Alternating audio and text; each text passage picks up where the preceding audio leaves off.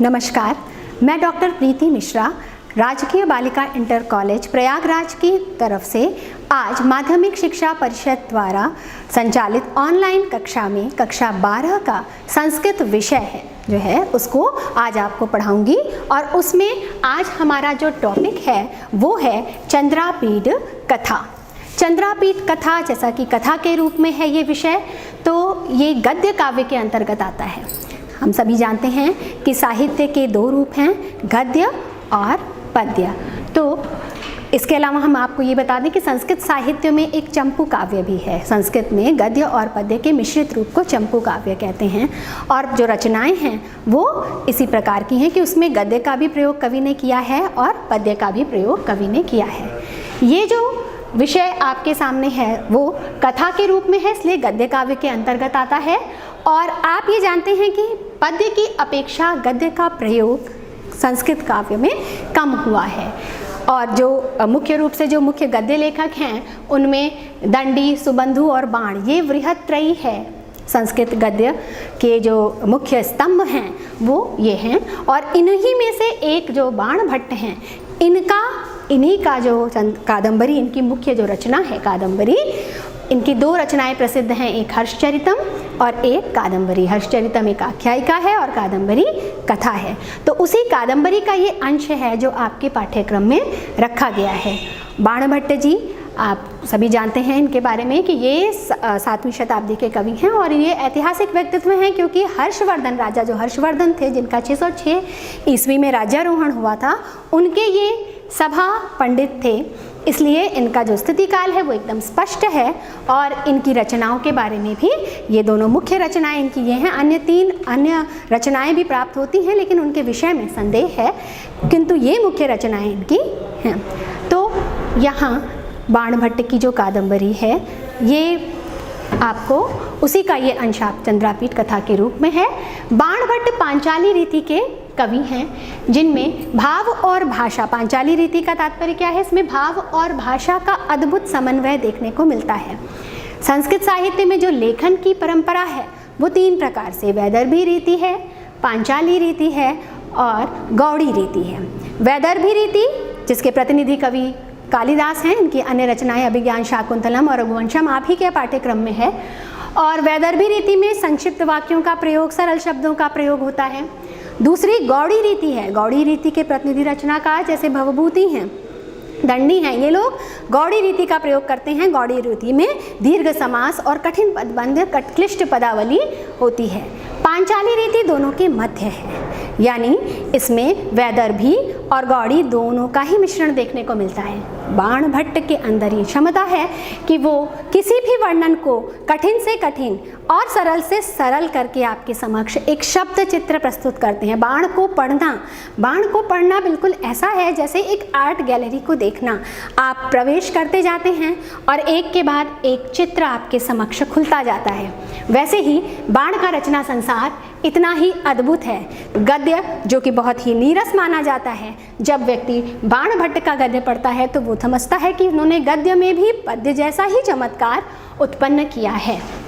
तो चंद्रापीड कथा कादंबरी के मुख्य अंशों को लेकर के संकलित की गई है। और इसका लक्ष्य यह है कि ये जो कथा है ये बहुत ही जटिल 3 जन्मों की प्रेम कथा है। और एक इतना विस्तृत इसका वो है कि उस जटिल कथा को बच्चे आसानी से समझ सकें, सरलता से समझ सकें, इसलिए इसको इस प्रकार से संक्षिप्त रूप से इसका संकलन किया गया है। और मुख्य उद्देश्य यही है कि बच्चे बाण के कौशल की, बच्चों को एक झलक भी मिल जाए और वो हमारे जो साहित्य का जो हमारा ये सुंदर संसार है उससे उनका परिचय हो जाए। तो कथा को इंटरमीडिएट की कक्षा में 11 और 12 दोनों के लिए उसी कथा को 2 भागों में विभाजित किया गया है, पूर्वार्ध और उत्तरार्ध। तो बच्चों आपने पूर्वार्ध की कथा निश्चित ही कक्षा 11 में पढ़ी होगी और वहाँ के जो भी घटनाएं घटित हुई हैं उन्हें आप एक बार जल्दी से देख लीजिए कि कथा के पूर्वार्ध में राजा शूद्रक के दरबार में चांडाल कन्या चमत्कारी शुक को लेकर पहुंचती है और शुक अपना परिचय राजा को देता है। और उसी प्रसंग में जाबाली मुनि का आश्रम, विंध्याटवी और उज्जैनी के राजा तारापीठ का प्रसंग, चंद्रापीठ, उनके पुत्र की कथा, फिर चंद्रापीठ का युवराज बन जाना, उनके मंत्री के पुत्र वैशंपायन के साथ उनका दिग्विजय के लिए निकलना, वहाँ शिकार के प्रसंग में अपनी सेना से बिछड़कर चंद्रापीठ का अक्षोत सरोवर के पास पहुंचना, जहां उनका महाश्वेता से मिलन होता है और महाश्वेता द्वारा पुंडरीक और कपिंजल का समस्त वृत्तांत उनको बताया जाता है और अपने प्रण के बारे में भी बताती है और अपनी अभिन्न सखी कादंबरी के बारे में निवेदन करके उसे समझाने के लिए चंद्रापीठ से प्रार्थना करती है, क्योंकि कादंबरी ने यह प्रण लिया है कि जब तक उसकी सखी महाश्वेता सुखी नहीं होगी वह भी विवाह नहीं करेगी। अतः महाश्वेता के आग्रह पर चंद्रापीठ उसके साथ हेमकूट पर्वत पर स्थित राजा चित्ररथ के महल पहुंचता है और वहां जाकर कादंबरी के भवन में प्रवेश करता है और सुंदरता की निवास भूमि कादंबरी को हजारों सेविकाओं से घिरे हुए पलंग पर बैठे हुए देखता है। ये प्रकरण आपका यहाँ से प्रारंभ होता है। तो बच्चों देखिए, सातु समुत्थाय महाश्वेताम स्नेह निर्भरम कंठे जग्राह, महाश्वेतापि दृढ़तर दत्त कंठग्रहा ताम अवादीत सखी कादंबरी भारतवर्षे राजा तारापीडो नाम, तस्यायम् आत्मजः चंद्रापीडो नाम दिग्विजय प्रसंगेन अनुगतो भूमिम इमाम। इसका क्या मतलब है? सा अर्थात कादंबरी। कादंबरी जब जैसे ही देखती है कि उसके कक्ष में महाश्वेता उसकी प्रिय सखी चंद्रापीठ को एक राजकुमार को लेकर प्रवेश करती है, तो सबसे पहले जैसे हम किसी से मिलते हैं तो हम सबसे पहले उठकर उसका अभिवादन करते हैं, उसी प्रकार से वो उठी, सातु समुत्थाय, उसने उठकर महाश्वेता को प्रेम से गले लगाया और महाश्वेता ने भी प्रत्युत्तर में उसे जोर से आलिंगन किया और बोली, हे सखी कादंबरी भारतवर्ष में तारापीठ नाम के राजा हैं, उनका तस्य अयम, उनके ये आत्मज अर्थात पुत्र चंद्रापीठ हैं, जो दिग्विजय प्रसंगेन मतलब दिग्विजय के प्रसंग में अनुगतो भूमिम इमाम, इस भूमि को प्राप्त हुए हैं। तो देखिए यहाँ पर ये लाइन भी आपको कितने बढ़िया ढंग से, चूँकि महाश्वेता समझ रही है कि अभी मेरी सखी जब मुझे देखेगी, देखिए राजा का ये अंतःपुर है जहाँ राजकुमारियाँ रानियाँ रहती हैं, उसे अंतःपुर कहते हैं और वहाँ किसी भी पर पुरुष का प्रवेश वर्जित होता है। तो वहाँ पर एक कंचुकी नाम का रखा गया है सेवक, जो ब्राह्मण होता है, वृद्ध होता है और केवल उसे ही जाने की अनुमति होती है, अन्य कोई भी पुरुष अंदर प्रवेश नहीं करता। तो जब कादंबरी महाश्वेता के साथ चंद्रापीठ को देखती है तो वो घबराती है, तो इसीलिए महाश्वेता उसको गले लगाते लगाते उसका अभिवादन करते करते ही उसका परिचय भी देती है कि ये कौन है, ये भारतवर्ष में जो तारापीठ के नाम के राजा हैं और उज्जैनी के, और उन्हीं के पुत्र ये चंद्रापीठ हैं जो दिग्विजय के प्रसंग में यहाँ आए हैं, क्योंकि यही प्रश्न उसकी सखी की आंखों में उस समय रहा होगा, इसे बताते हैं। और देखिए फिर आगे बढ़ते हैं। एष च दर्शनात् प्रभृति मे निष्कारण बंधुताम गतः कथिता चास्य बहुप्रकारं प्रिय सखी तत अपूर्व दर्शनोऽयम् इति विमुच्य लज्जाम् अविज्ञातशीलः इत्य अपहाय शंकां यथा मयि तथा अत्रापि वर्तितव्यम् इत्यावेदिते तया चंद्रापीडः प्रणामम् अकरोत्। देखिए इसका अर्थ क्या हुआ? एष यानी यह, दर्शनात् प्रभृति, जब से मैंने इनको देखा है तभी से मैं निष्कारण बंधुताम गता, ये मेरे निष्कारण ही बंधु हो गए हैं। यानी कभी कभी हम किसी से मिलते हैं तो प्रथम जो मिलन है उसी में हमें ये लगता है कि ये व्यक्ति बहुत परिचित है हमारा, तो उसी प्रकार से चंद्रापीठ से जब मिली है महाश्वेता तो प्रथम बार में ही उसे उनके अपने बंधु सा, भाई सा स्नेह हो जाता है। तो वो बताती है अपनी सखी को कि संकोच का कोई कारण नहीं है, दर्शन के समय से, प्रथम दर्शन के समय से ही ये मेरे भाई हो गए हैं।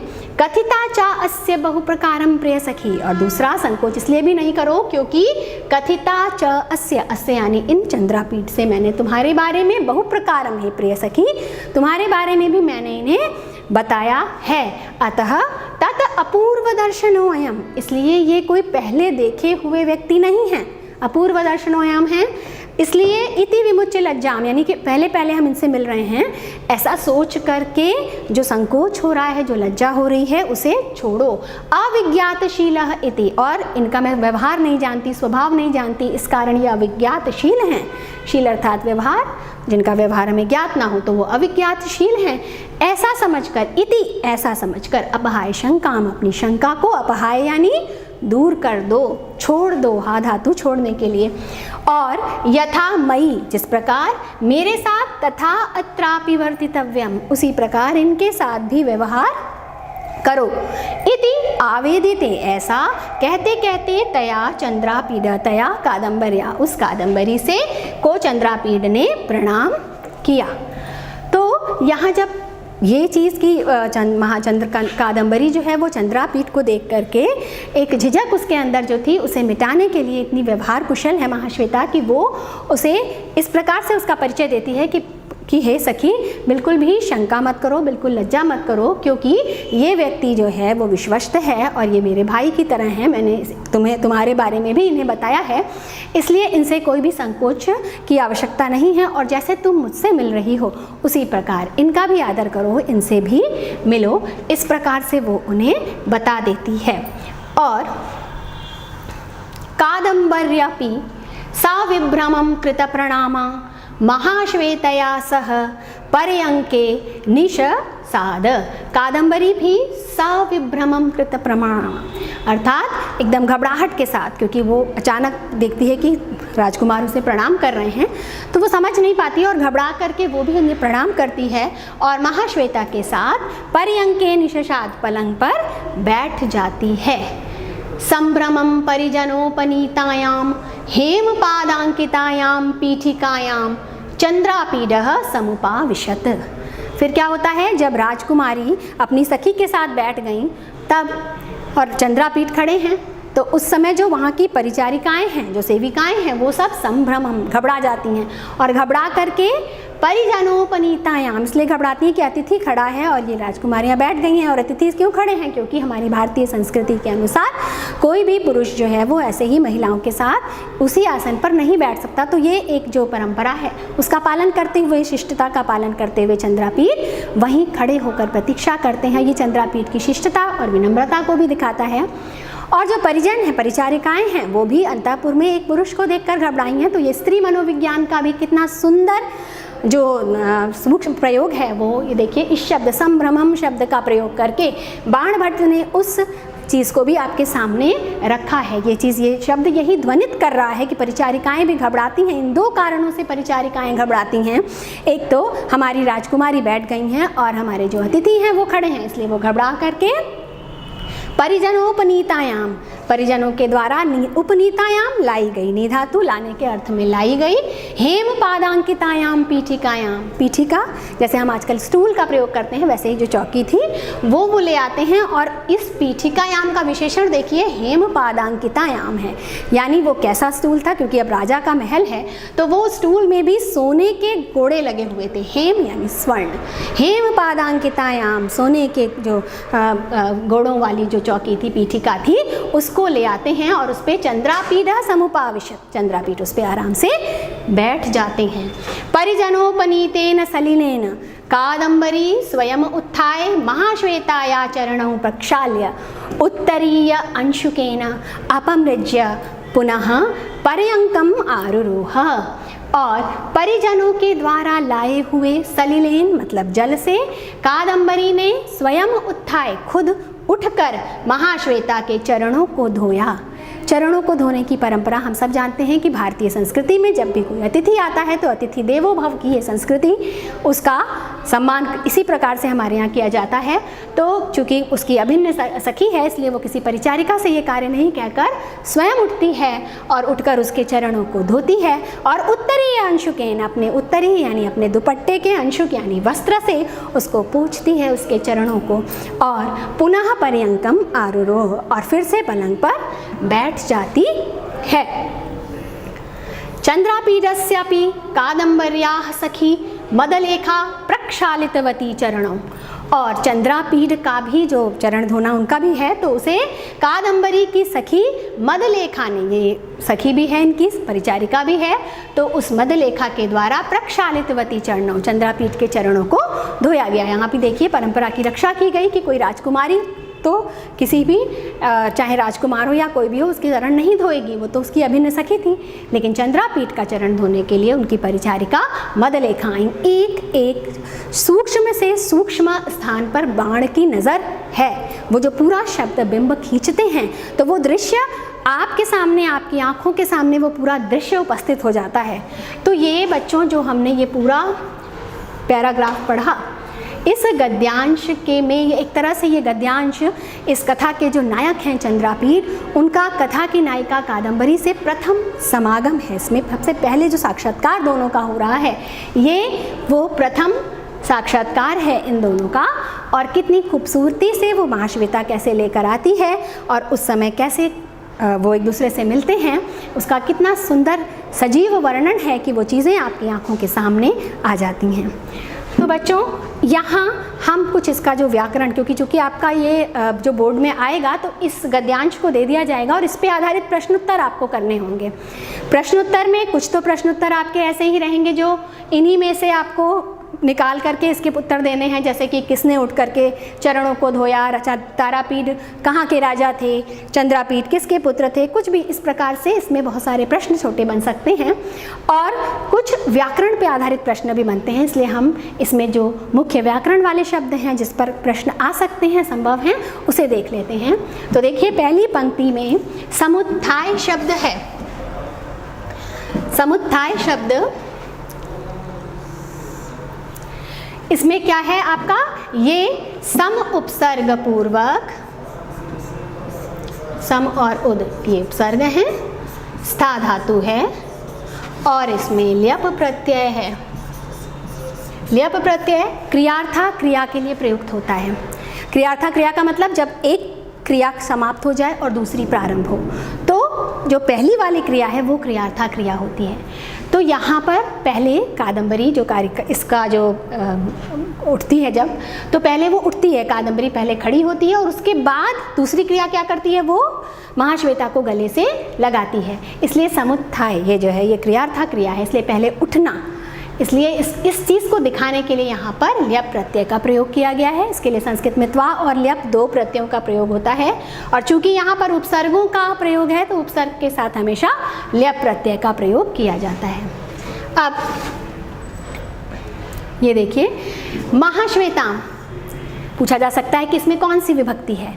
तो बच्चों आपने पढ़ा है, कारक में पढ़ा है आपने कि जब द्वितीय, ये आपको दिख रहा है कि यहाँ महाश्वेता में द्वितीय विभक्ति का प्रयोग है। द्वितीय विभक्ति कर्म कारक में होती है और सूत्र आपको याद होगा, कर्तु रीप से तमम कर्म। जी हाँ, क्योंकि ये कादंबरी जो है वो कर्ता है और कर्ता को जो ईप्सित है वही कर्म है, तो इस वाक्य में कर्म कौन है, महाश्वेता। इसलिए यहाँ पर जो है कर्मणि द्वितीया से द्वितीय विभक्ति का प्रयोग हुआ है। इसी प्रकार से एक शब्द यहाँ जग्राह है। जग्राह ये यहाँ पर आपका परोक्ष लिट एक सूत्र है, उससे लिट लकार का प्रयोग किया गया है। संस्कृत में आपने अभी तक 5 लकार पढ़े हैं, वास्तव में इसमें 10 लकार होते हैं और इन 10 लकारों में से जो लिट लकार जो है वो परोक्ष भूत के लिए प्रयुक्त होता है। क्योंकि घटना एक कथा के रूप में है, ये कुछ भी आंखों के सामने नहीं, प्रत्यक्ष घटना जो होती है वो आपके आंखों सामने है, लेकिन परोक्ष यानी जो आंखों के सामने नहीं हो, इसलिए लिट लकार का प्रयोग है। इसी प्रकार से देखिए, चूँकि बाण भट्ट हैं इसलिए समासों का प्रयोग खूब करते हैं। ये एक सामासिक पद है, दृढ़ तरह दत्तः कंठग्रहा ययासा बहुब्रीहि, बहुब्रीहि समास है ये। इसी प्रकार और इसमें देखिए आप आगे, ये देखिए अनुगतो, दिग्विजय प्रसंगेन, दिग्विजय के प्रसंग में ये मतलब हुआ। और अनुगतो, अनुगतो में अनु उपसर्ग लगा हुआ है और गम पूर्वक ये ता प्रत्यय है, गम धातु है और ता प्रत्यय है। अनु जो है वो पश्चात के अर्थ में होता है। तो ये जो चंद्रापीड है जब दिग्विजय के प्रसंग में पूरे भारत से घूमते हुए बाद में इस भूमि में आए हैं, पश्चात में यहाँ प्राप्त हुए हैं ना, इसलिए अनु इसका प्रयोग किया गया है। गम धातु है और ता प्रत्यय, आप जाते हैं भूतकालवाचक ता प्रत्यय इसमें लगा हुआ है। अनु गम, अगर इसका निर्वचन पूछा जाएगा तो आपको यही लिखना होगा। प्रश्न ऐसे भी हो सकता है कि अनुगत शब्द में शब्द का पूरा जो है व्याकरणात्मक उसमें क्या क्या वो है बताइए। इसी प्रकार से अब आप ये देख सकते हैं भूमिम इमाम, ये शब्द देखिए भूमिम इमाम, इसमें आपका सीधे सीधे अजहीनम परेण संयोज्यम से भूमिम और इमाम, जब बीच में किसी भी व्यंजन का व्यवधान ना हो तो स्वर जो है वो आगे वाले व्यंजन से मिल जाता है। अजीनम परेण संयोज्यम, इससे ये भूमिम इमाम ये जुड़ा हुआ है।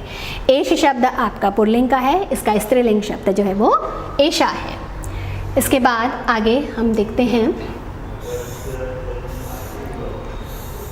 एक और चीज़ आपको हम दिखा दें। यहाँ देखिए बच्चों, दर्शनात् प्रभृति, यहाँ पर दर्शन, जब से मैंने उन्हें देखा, दर्शन से लेकर, तो ये एक तरह से यहाँ पंचमी विभक्ति का प्रयोग हुआ है।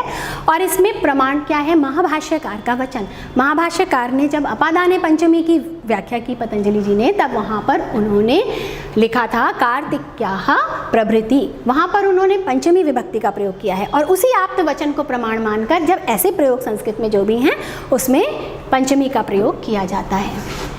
इसके बाद गतः आपको यहाँ दिख रहा है गम धातु, और वही आपको जो हमने पहले बताया ता प्रत्यय वो है इसमें।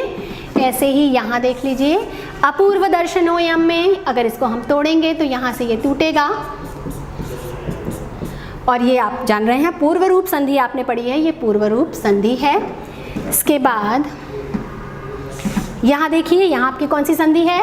इति धन अपहाय, याद आ रहा है आपको? ये स्वर संधि में आपने यण संधि पढ़ी है, तो वहीं ये ई का या हो जाता है, इको यणचि इत्यपहाय में है। इसी प्रकार से वर्तितव्यम, यहाँ देख लीजिए, यहाँ पर आपका ये तव्यत प्रत्यय है।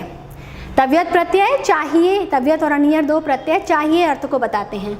तो जैसा तुम मेरे साथ व्यवहार करती हो वैसा ही तुम्हें इनके साथ व्यवहार करना चाहिए, ये अर्थ बता रहा है, इसलिए यहाँ पर तव्यत प्रत्यय का प्रयोग किया गया है। इसके बाद बच्चों, और इसमें कुछ ऐसा है तो देख लेते हैं। हाँ, और एक ये देखिए, हेम पादांकितायाम पीठिकायाम, एक चीज़ आपको यहाँ बता दी जाए कि ये पीठिकायाम शब्द का विशेषण है। ये विशेषण विशेष्य भाव आप जानते हैं कि जब संस्कृत में हम जिस भी धातु में, जिस भी विभक्ति वचन में आपका विशेष्य रहेगा, विशेषण में भी वही विभक्ति और उसी वचन का प्रयोग किया जाता है। तो ये आपका हेमपादिकायाम पीठिकायाम को देख करके हेमपादिकायाम में भी उसी का प्रयोग किया गया है। समुपाविशत, सम उपसर्ग, उप उपसर्ग और विष धातु बैठने के अर्थ में समुपाविशत हो गया। और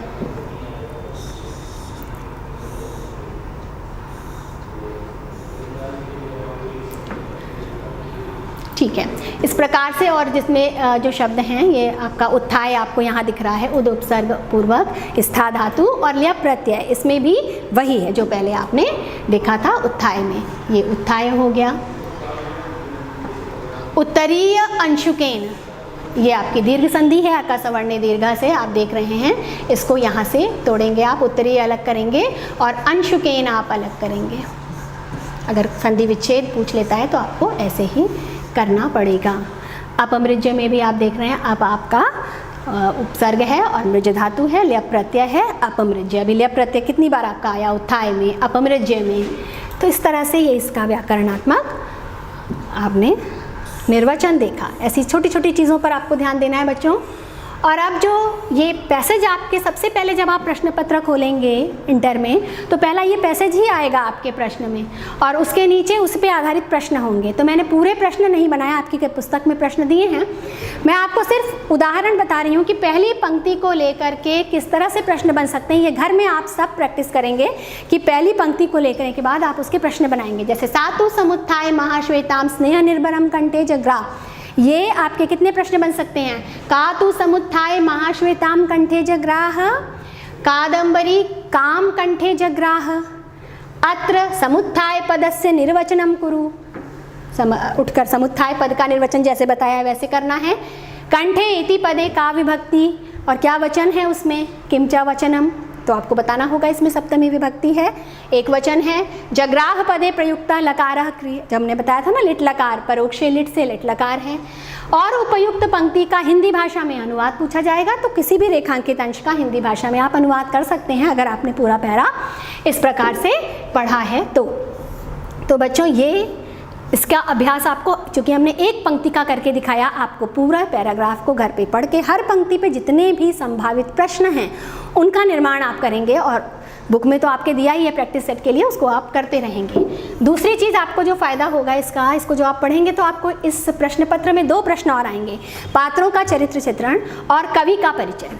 तो पात्रों के चरित्र चित्रण के लिए आपको अलग से कोई तैयारी नहीं करनी। अगर आप हर पैरा को बहुत ध्यान से पढ़ रहे होंगे तो आपको ये समझ में आ रहा होगा। जैसे कि पात्रों का सूक्ष्म मनोविज्ञान का परिचय, कादम्बरी की लज्जाशीलता। अभी इसी पैरा में आपको क्या क्या समझ में आया, कादम्बरी का व्यक्तित्व आपके दिमाग में क्या बना कि वो एक लज्जाशीला स्त्री है और उसकी सखी से बहुत अधिक प्रेम है। महाश्वेता एक बहुत ही व्यवहार कुशल स्त्री है। चंद्रापीठ कैसे हैं, वो विनम्र हैं, बहुत ही शिष्ट हैं और उनके अंदर परिजनों के प्रति उनका जो सेवा भाव है वो, और जो वो परिजन हैं जितने वहाँ पर, जो कादम्बरी की परिचारिकाएं हैं जो दौड़ करके आती हैं और उसके लिए स्टूल रखती हैं, घबराती हैं, उनके पैरों को धोती हैं, तो उनकी जो सेवा भावना है वो सब कुछ उस दृश्य में ही है। अगर हम थोड़ा सा ध्यान दें तो हमें चरित्र चित्रण जैसे चीज़ों को रटना नहीं है। हर पैरा को अगर हम इतने ही ध्यान से पढ़ेंगे तो वो चीज़ें आपके साथ साथ क्लियर होती जाएंगी। आप उसको नोट करते जाइए और लास्ट में आप उसको पूरा कंपोज करके एक अच्छा सा चरित्र चित्रण अपने आप लिखेंगे। और हर एक लाइन, संस्कृत की लाइनें जो हैं उनको आप एग्जाम्पल के रूप में देकर आप उसको अंडरलाइन कर दीजिएगा। कवि का रचना कौशल जैसे है तो हर वर्णन इतना सजीव है, आपने देखा ही कि पाठक के सम्मुख एक चित्र उपस्थित हो जाता है। तो बाणभट्ट का रचना कौशल तो हर जगह आपको दिख ही रहा है।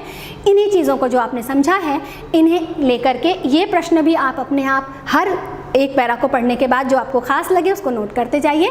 और इन दोनों प्रश्नों को आपको अलग से नहीं करना है, बस ध्यान देना है, रिवीजन करना है और अपने से बनाना है। मौलिक, किसी भी गाइड से नकल मत करिएगा, अपने आप ये लिखिएगा, इसे समझिएगा और पूरा आनंद लीजिएगा बच्चों।